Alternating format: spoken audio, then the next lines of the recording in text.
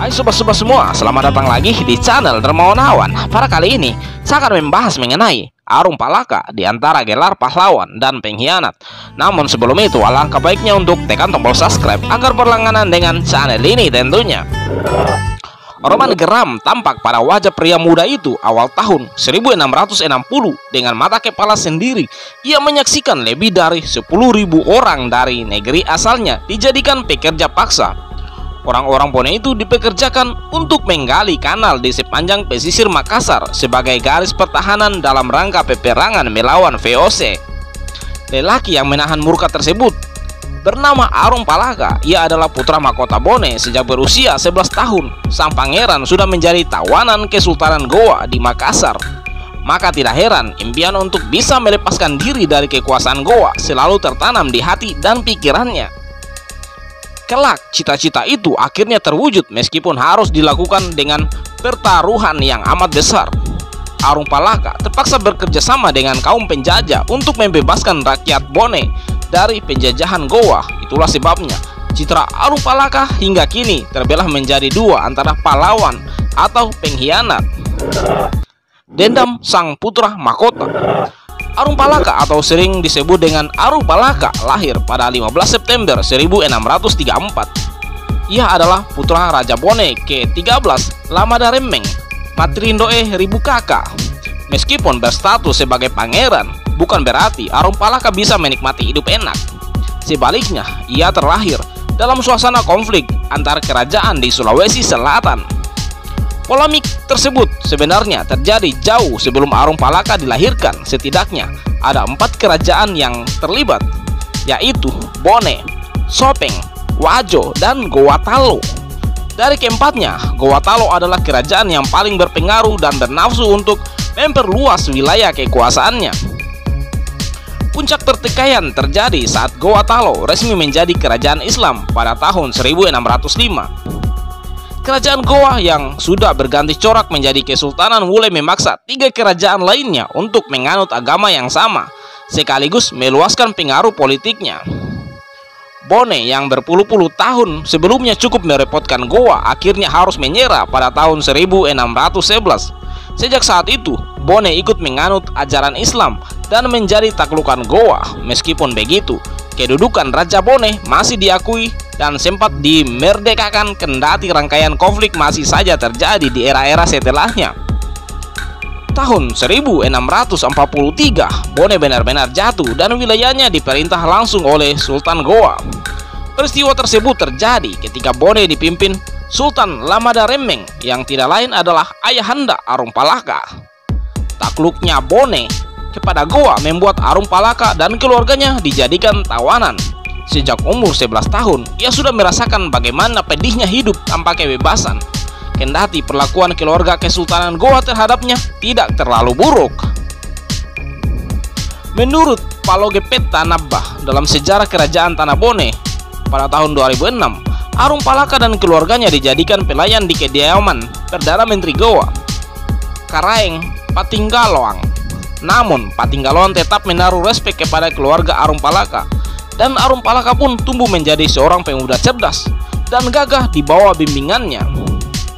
Hingga suatu ketika, Arung Palaka akhirnya bisa terbebas dari cengkraman Goa setelah terjadi aksi pemberontakan orang-orang Bone yang dipimpin Tobala. Tobala sebenarnya adalah orang Bone yang ditunjuk sebagai regen atau bupati Bone sebagai kepanjangan tangan dari Goa. Lari dari Goa, Arung Palaka kemudian berlindung di Kesultanan Buton. Selama 3 tahun tinggal di Buton yang saat itu dipimpin La Sombata atau Sultan Aidul Rahim. Arung Palaka bersiap untuk melakukan pembalasan. Dilema Arung Palaka. Akhir tahun 1660, dibantu beberapa mantan petinggi Kesultanan Bone yang masih setia, Arung Palaka melancarkan serangan terhadap Goa dan berhasil membebaskan orang-orang Bone yang dipekerjakan paksa. Sayangnya, Tobala tewas dalam peperangan tersebut. Arung Palaka terpaksa mundur untuk meraih kemenangan. Ia belum sanggup lantaran armada militer Goa masih terlalu kuat, bahkan membuatnya kian terdesak. Arung Palaka pun terpaksa melarikan diri karena menjadi target utama pasukan Goa yang mencarinya sampai ke Buton. Di saat yang sama, VOC datang menawarkan bantuan. Kondisi ini sebenarnya dilematis bagi Arum Palaka. Di satu sisi, ia muak dengan ambisi VOC, namun di sisi lain, ia memerlukan dukungan kaum penjajah itu jika ingin menuntaskan dendamnya sekaligus menjadikan Bone sebagai pemerintahan yang berdaulat lagi. Akhirnya pada tahun 1663, Arum Palaka dan para pengikutnya berlayar jauh ke Batavia, tepat di mana pusat kekuasaan VOC berada. Selain untuk menyelamatkan diri dari kerajaan Goa, Arum Palaka ternyata harus membuktikan terlebih dahulu bahwa ia memang benar-benar butuh bantuan VOC. VOC mengizinkan Arum Palaka dan orang-orang menetap di Batavia. Inilah asal-muasal kampung Bugis yang kini berada di wilayah Jakarta Utara. Namun mereka harus membantu VOC sekaligus sebagai pembuktian diri bahwa mereka adalah orang-orang yang tangguh dan dapat diandalkan. Kehadiran Arum Palaka sangat menguntungkan VOC, seperti dicatat dalam Anthony Reid dalam Charting the Shape of Early Modern Southeast Asia pada tahun 2000. Ia menjadi salah satu kunci keberhasilan VOC dalam menaklukkan berbagai wilayah di Nusantara. Bersama Cornelis Spelman yang asli Belanda dan mantan pemimpin kelompok bersenjata dari Maluku, Jonker Jawa de Manipa alias Kapiten Jonker. Pahlawan atau pengkhianat. Setelah 3 tahun membantu VOC, saatnya tiba bagi Arum Palaka untuk menuntaskan dendam sekaligus merebut kembali wilayah Bone yang dikangkangi Goa. Pada tanggal 24 November 1666, armada besar bertolak dari pesisir utara Batavia menuju Celebes, terdiri dari 21 kapal perang yang mengangkut 1000 prajurit. Pasukan Arum Palaka yang beranggotakan 14 orang semakin percaya diri berkat bantuan VOC yang menyumbangkan 600 orang tentaranya dari Eropa yang paling terlatih. Mereka berangkat dengan satu tujuan, mengalahkan Goa yang saat itu dipimpin oleh seorang raja perkasa berjuluk ayam jantan dari timur, Sultan Hasanuddin. Dan terjadilah pertempuran legendaris itu. Goa pada akhirnya menyerah, dan tanggal 18 November 1667, Sultan Hasanuddin terpaksa menandatangani perjanjian Bonghaya yang menandai kemenangan VOC dan Arum Palaka.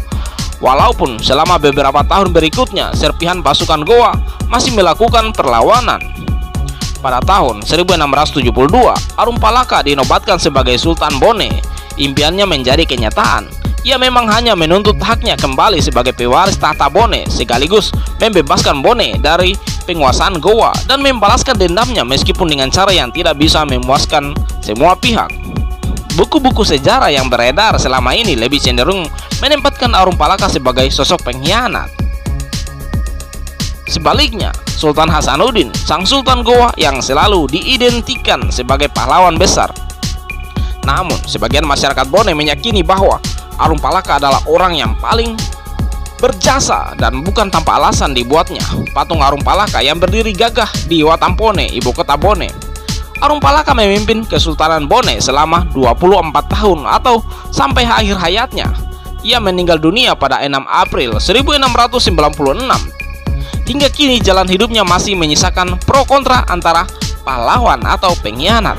Oke sahabat Dermawan Awan, itulah tentang Arum Palaka di antara gelar pahlawan dan pengkhianat. Dan jangan lupa untuk like, komen, dan subscribe tentunya.